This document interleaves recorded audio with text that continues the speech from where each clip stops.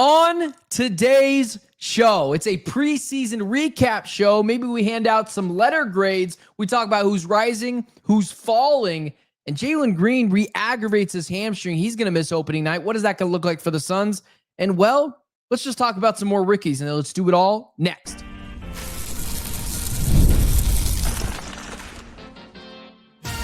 You are Locked On Suns, your daily Phoenix Suns podcast. Part of the Locked On Podcast Network, your team every day.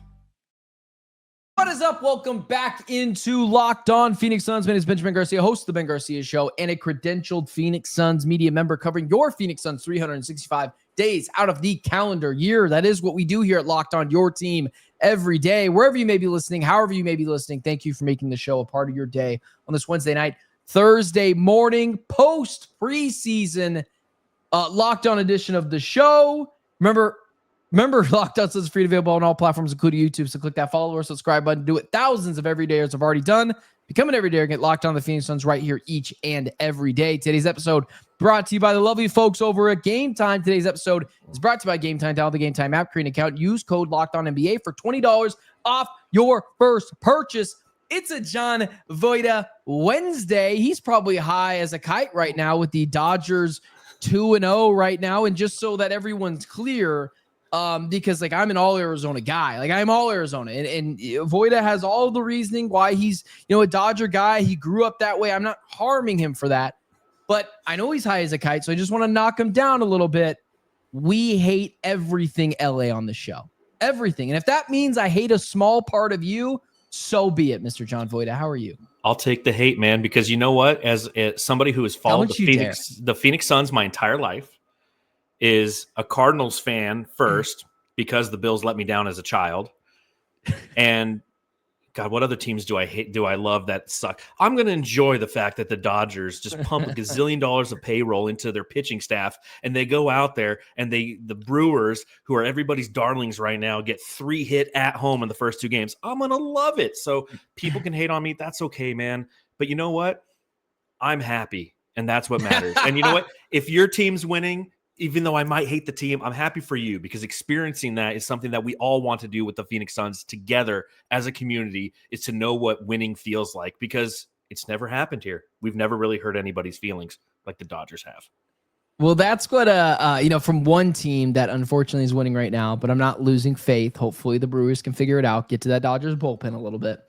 To the Phoenix Suns, who... I was the one tempering the expectations before the preseason. I was like, could this team be a play-in team? Yeah, I buy that. And then ESPN comes out with their, mock simulation of the NBA season. Now that is, that it's kind of hard to measure. There's injuries, there's things that can happen, but they have the Suns going 42-40. And I'm like, in one simulation. Okay, the average record based on all their simulations is the Suns won 34 games, but they put that one simulation out there, like simulation 405 or whatever it was, because it was so unique, because it had the Warriors winning like 68 games, and it made for good content. But in reality, they had them right around 34 wins, which honestly, as we pack up this preseason and you and I have a conversation about what we witnessed and try to temper some of our expectations, but don't temper the intrigue that lies before us, it's definitely worth noting that, the fact that the Suns could win 34 games, is that something that gets you excited, or is it something that, you kind of frown at and you're like, ugh, here we go again? Well, it depends what it looks like. Are they a young team losing a bunch of really close games, but you see the development and growth from certain players, like i.e. Jalen Green, or like what we saw from Khaman Maluach last night? The Suns throttling the Lakers last night was fun and funny, because the Lakers played everyone, and the whole, idea of like, well, you beat us because we didn't have our 2 best players kind of went out the window, and it's a preseason game. Like, no one's overreacting here. But like, my first takeaway from that game was, I think the Lakers might just suck this year. My second takeaway was, okay, 4 games is now a trend.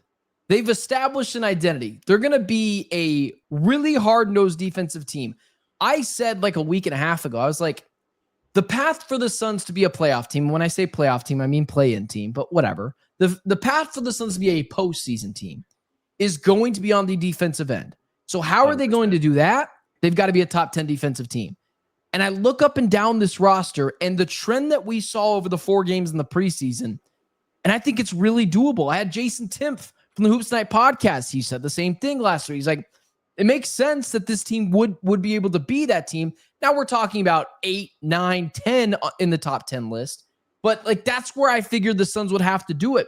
That was the most impressive thing to me. The fact that the Suns already have an established culture and identity, and that's going to win them games when they're playing the slop of the NBA and the Hornets and the Bulls and, teams of that nature. So what was your kind of takeaway from the preseason? Yeah, I'm right there along with you because I think that's what a lot of us were just looking for was there some semblance of the buzzwords that were sold to us during the Brian Gregory initial press conference last May or June, whenever it was. I think it was early June. The alignment, the culture, and the identity of the Phoenix Suns team. And no matter what narrative you want to spin on the preseason, whether you think it counts, whether you dismiss it, you cannot reject the fact that what we saw was aspects of what he was talking about, that this team will fight, that this team will grind, maybe to their detriment sometimes. When you're overly aggressive on the defensive end, as the Phoenix Suns were throughout this preseason, they're going to be called for fouls, and that's going to test the depth of this team as players are going to be sitting on the bench because they'll be in foul trouble. But we have young guys who we're trying to accomplish another aspect of what Brian Gregory stated was development. So this could open the doors of development for some of these players. So again, I tried all summer to say I wasn't going to be excited about this team. Once preseason began and once we saw the first game against the Lakers, I think we all collectively were like, hey, you know what? This is fun.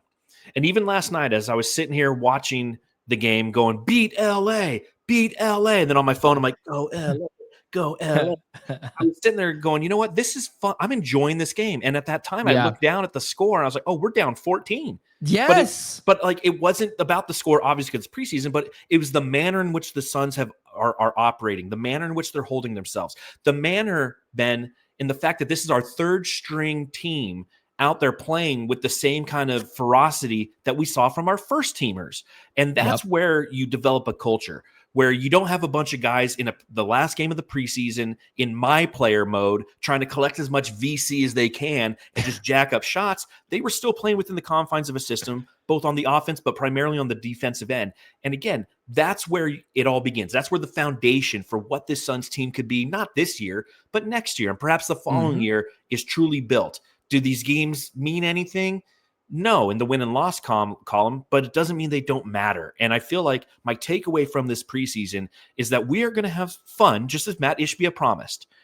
We might not win every game, he said, but you know what? You're going to walk out of the arena being like, you know what? Gosh darn it, they tried. And they played well, and they played cohesive as a unit. And we witnessed that. Now, obviously, the next step is to actually translate that into actual basketball games that aren't against the Los Angeles Lakers or the Brooklyn Nets. Yeah, and you got a soft landing spot, I think, a little bit here with Russell Westbrook coming to town in the next week. But dude, I know, right? That's so funny. I was at the game, and as I'm at the game, like you're sitting in the media row, like people think like we're just saying they're like holding foam fingers and stuff. Like I'm on my computer, I'm planning for a show, I'm making in between timeouts, and I'm making I'm not playing solitaire like Stephen A. Smith is. Like I'm making thumbnails, all those things, right? Like I'm doing a variation of different things. But I'm watching the game and I'm really zeroing in on the rookies here. And I'm thinking about how I'm going to spin this. But, dude, it was so interesting. Halftime hit.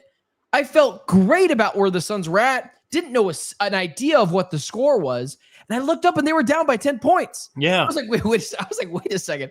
They're down by 10? How? Like they the Lakers shot, fairly well from the field at the beginning, and then they just got swarmed. The free throw line. It's the Lakers. Exactly. The disparity at the free throw line was insane, and the Lakers didn't come within 8 points of the Suns. And here's the opposing thing, and we can get into the Jordan Goodwin, Jared Butler thing as well. I want to get into that, but we can do that in the next segment. It's like imagine doing this show right now. Imagine doing Locked On Lakers. I understand, as long as you put the caveat of saying it's preseason, but this looks really good. Imagine doing the Lakers right now. It's preseason after the first game. LeBron and Luka didn't play. What was your excuse last night? Because I thought at times they looked unorganized. I thought that at times they looked disinterested.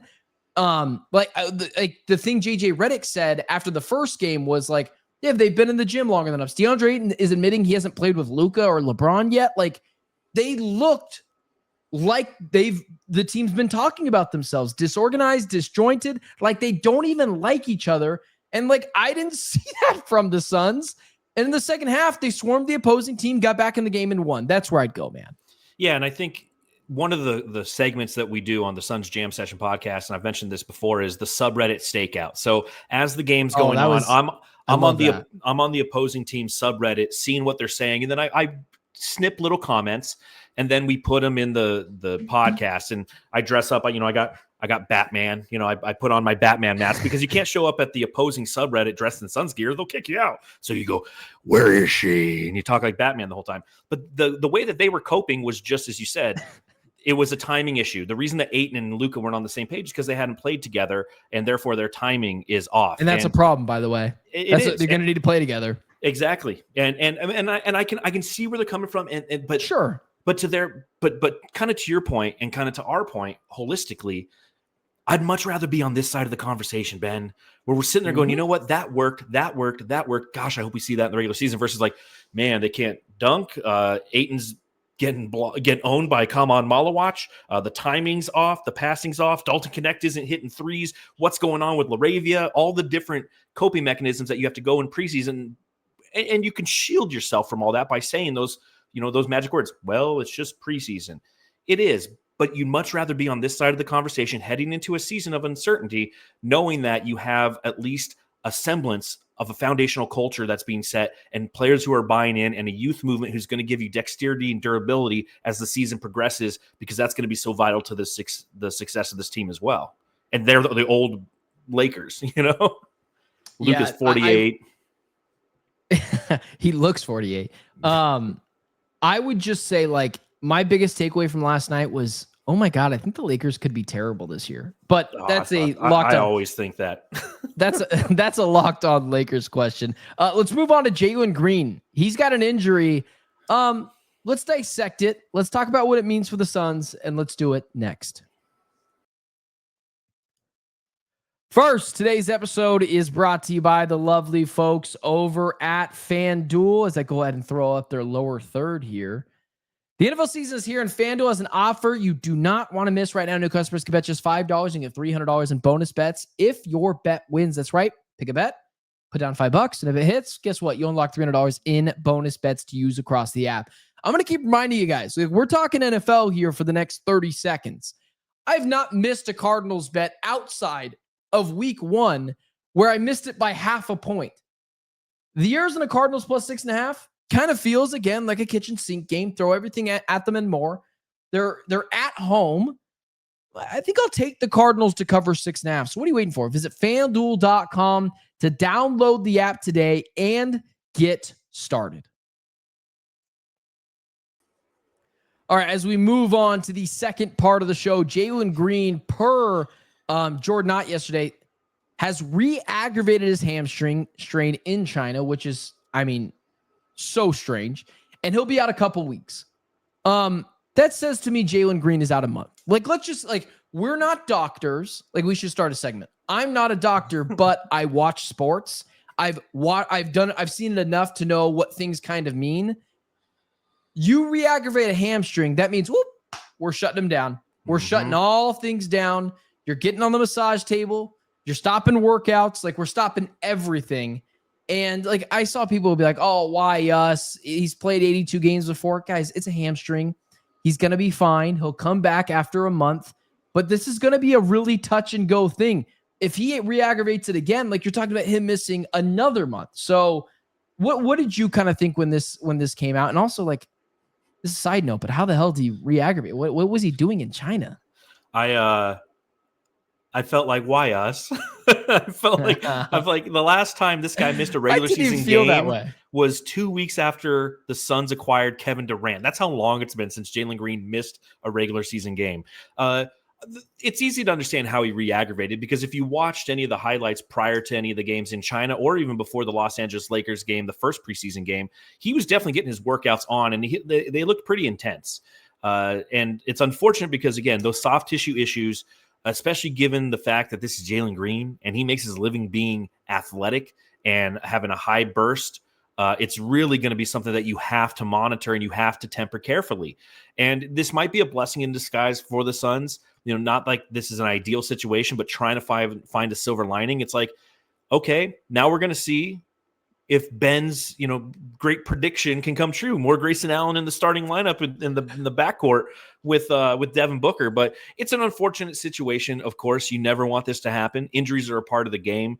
All the standard stuff that you're supposed to say when this occurs, and the hope is that he takes it easy, that he gets back and he gets right, because we have yet to see what he looks like next to Devin Booker. And I think that we can all agree that one of the most interesting storylines heading into the season is who and what Jalen Green is, because what that is determines the short-term and long-term viability of the Phoenix Suns and what they can do. So get well, Jalen Green. And I don't know what you were doing in China, but it hurt your hammy again. So that's not good. Yeah, it's a really good point. Jalen Green, like his secret, like every player that we think is like could be a star, budding superstar, like that all-star caliber player, everyone's got a superpower, even if it's something smaller. Like LeBron's got a couple of them. Steph Curry's the shooting, like Devin Booker's the mid-range. Like everyone's got something, if that's what's going to separate you from all the average players in the NBA. Jalen Green, if he ever puts it all together, is athleticism, explosiveness, getting to the rim at will. Now he's got to be more efficient getting to the rim. And like I've done a little bit of a 180, maybe call it a 90 degree on Jalen Green. I'm starting to buy into this idea that with the mentorship of Devin Booker and a team that can take their time developing him, I actually am starting to see the vision a little bit more in Jalen Green. But what I will say is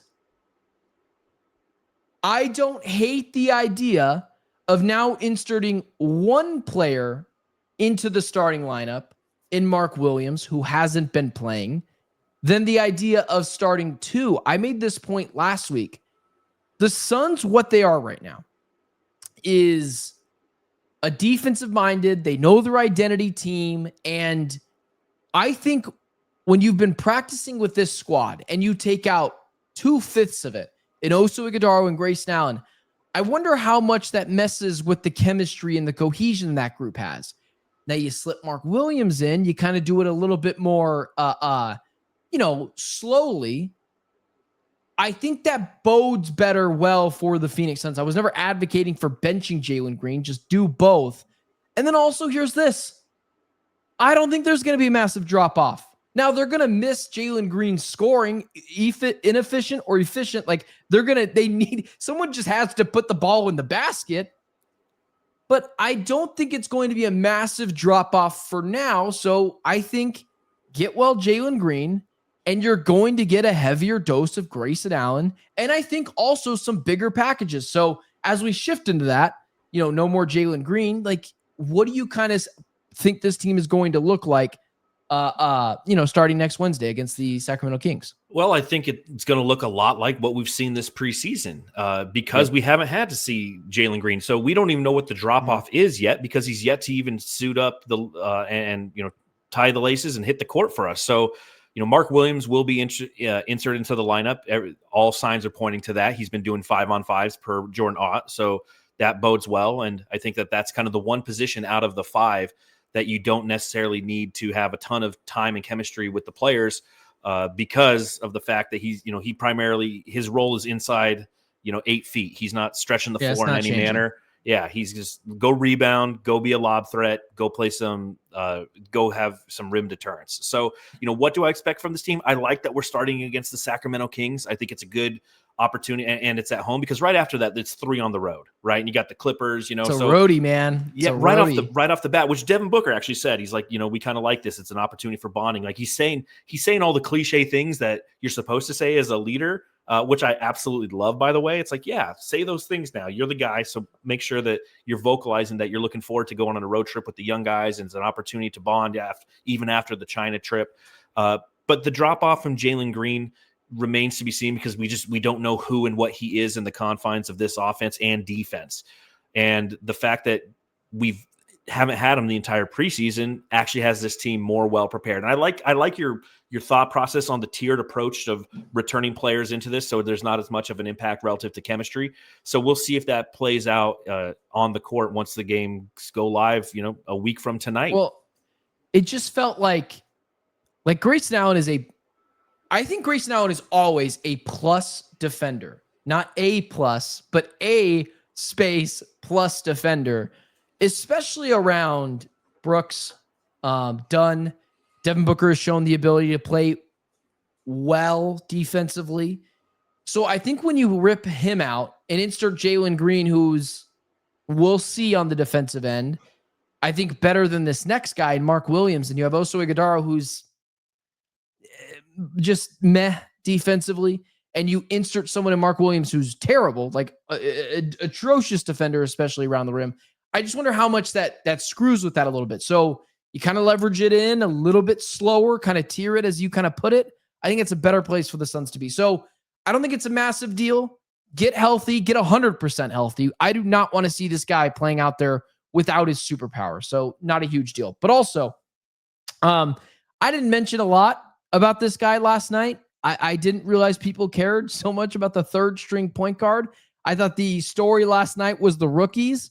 But let's talk that third string point guard spot, because I've got a strong opinion on it on the Jared Butler, Jordan Goodwin debate. And let's do that next. First, today's show brought to you by our wonderful friends, as it takes a second to come up here, our wonderful friends over at Wayfair. The holidays are going to be here before you know it, which is exciting, but getting your home ready for guests and celebrations can feel like a lot. Maybe your serveware needs a refresh, or the guest room could use new bedding. Wayfair has everything you need to get your home holiday ready, from Christmas trees and wreaths to bedding, cookware, and outdoor inflatables. It's your one-stop shop for every room in the house. Wayfair makes it easy to personalize your home for the holidays with a huge selection of every style and budget. And with the free, easy delivery, even on the big stuff, you can get everything you need without the hassle of huge delivery fees. I got to tell you this, man, right now. We just closed on our house today, but there's a lot of furniture and decor and getting ready for the holiday season I'm not ready for yet. So I'm going to use Wayfair. I'm going to get organized, refreshed, and ready for the holidays for way less. Head to wayfair.com right now to shop all things home. That's WAYFAIR.com. Wayfair, every style, every home. Today's episode is also brought to you by the wonderful folks over at Game Time.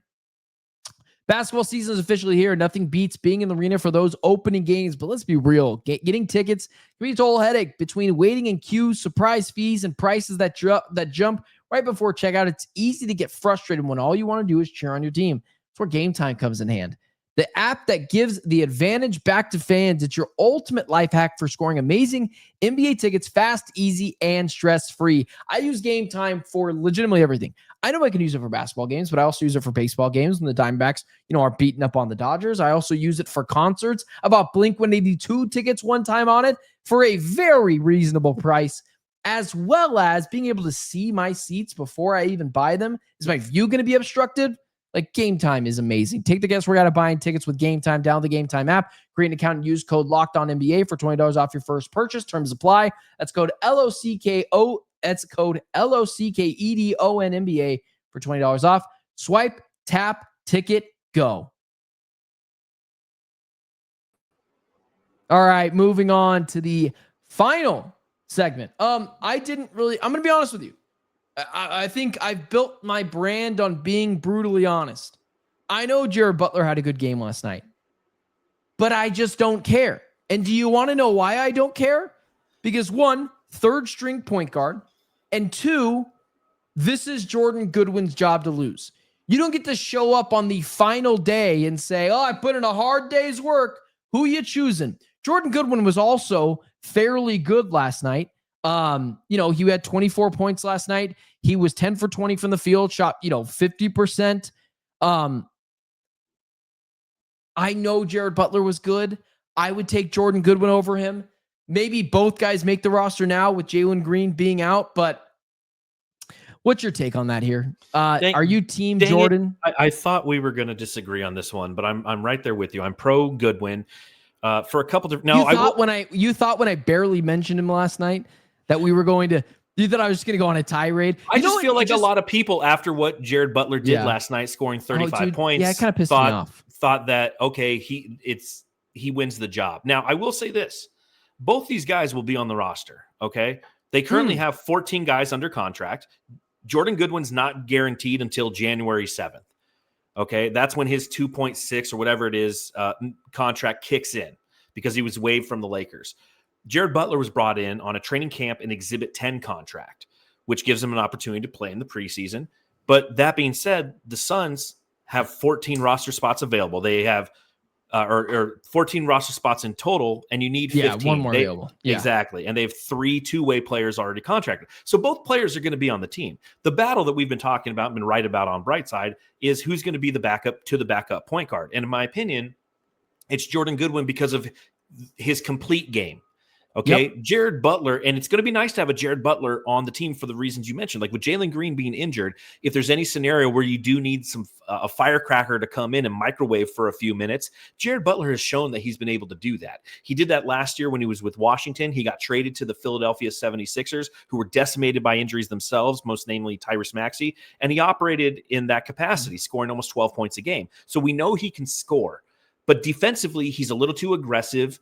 And he's somebody who's a little too handsy. So I think that if you're looking at the complete aspect of how a basketball player should operate, noting the role that they're going to fill, you need to have somebody who's controlled on defense, somebody who can score, and somebody who can distribute. And Jordan Goodwin has showcased in the first 3 games, and even last night as well, he was just overshadowed, as you mentioned, by Jared Butler, that he is that complete player. So if you're looking at a depth chart, it should be Devin Booker, Colin Gillespie, and then you have Jordan Goodwin. Jared Butler falls more into the 2-guard archetype, if you will, just a small 2-guard. I also think, let me say this. I hate when people say, like, oh, I owed him an apology. No, I don't. I don't owe Jordan. Or I went after, I didn't go after, because again, I didn't care that much about the third string point guard. I was worried about other things in China. And the reason why I say I don't care is neither guy is going to add or subtract that much more to success or failure this year. If they do, we have problems. If they do, we have a huge problem. This is all cosmetics. But I dislike when people are like, well, I owe, and this was a multitude of people all throughout the day. Well, I just owe Jared Butler an apology. This guy can play. I was like, he's terrible the first 3 games. No. If Nigel Hayes comes out in the first game and cooks, guess what I'm not going to do? Write a sincere, heartfelt letter to him apologizing. You know what I'm going to say? Oh, good. You remembered how to play basketball. Awesome. Like he had a rough preseason, man. He had a rough preseason. And guess who's been on this for the last 2 months about, hey, are we sure this guy's going to come in and just translate right to the NBA? This guy on Locked On Suns, who sometimes got big opinions, didn't buy it. And I want him to work. He's a 6'8", 6'9" wing. He has been working, but there's that. But also, like, the wrinkle with Jordan Goodwin is he adds something that the Suns don't have in Booker and Gillespie and Jalen Green. A little bit of a wrinkle defensively. Neither guy's going to play a lot, but like, I'm trying to cover up all the issues here.